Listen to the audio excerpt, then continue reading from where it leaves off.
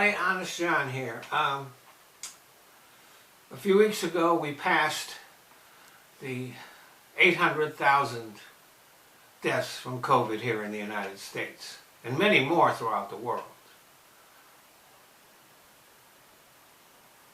But 800,000 people here in the United States have passed away from COVID-19. A couple of weeks ago, one of those people was a fellow by the name of Marcus Lamb, a Christian evangelical minister and the founder and president of Daystar Television Network. He died of COVID-19.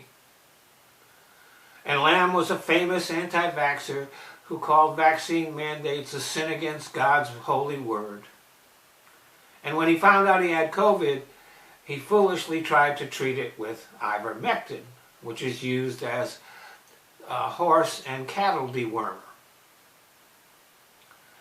Now, just why God would be against vaccines, but for cattle dewormers is not clear.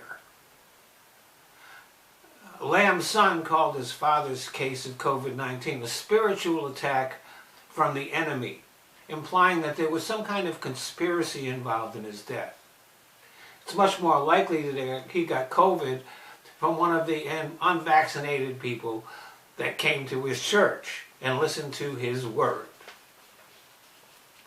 And he might have survived it if he had used an approved medicine that's available to treat COVID instead of going with the veterinary stuff.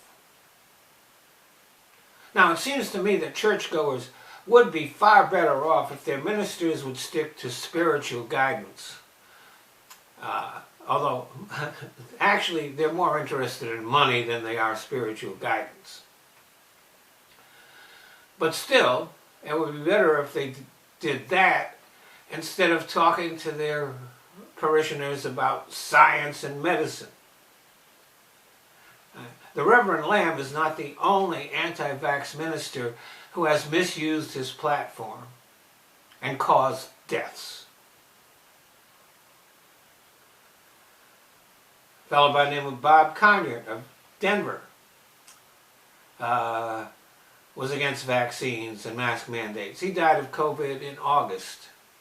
Jimmy DeYoung, who was known as a Bible prophecy teacher, he died of COVID in August too. He insisted that COVID was a fraud. I guess he never got to the part of the Bible that talked about plagues and pestilence. It's right there. R. Lawrence Sanford, a pastor of the New Song Church Ministries in Denver, Colorado, said the COVID vaccine changes people's RNA. His anti-vaccine and anti-mask policies resulted in a big outbreak at his church that eventually reached him. And he died in August. Now, I could go on. There are hundreds of anti-vax people with big social platforms, either social media or right-wing talk radio, who have died of COVID. But oddly enough, their listeners don't seem to kind of get that. And there's always somebody who's willing to step up, some idiot who's willing to step up and take their place. Not understanding that the way that they got to that position is that the guy who held it before them died of COVID. But they come out and start spreading that same old ignorance.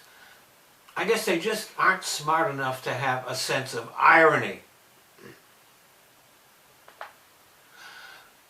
So I'm not going to mourn these people's deaths. As far as I'm concerned, the world is a whole lot better off without them.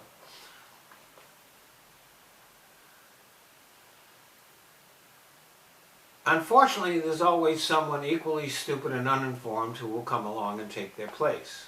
Now, I'm an atheist. And so I would never turn to a minister for advice about anything. And it's very obvious to me in watching these people that they're just frauds who are only interested in the money.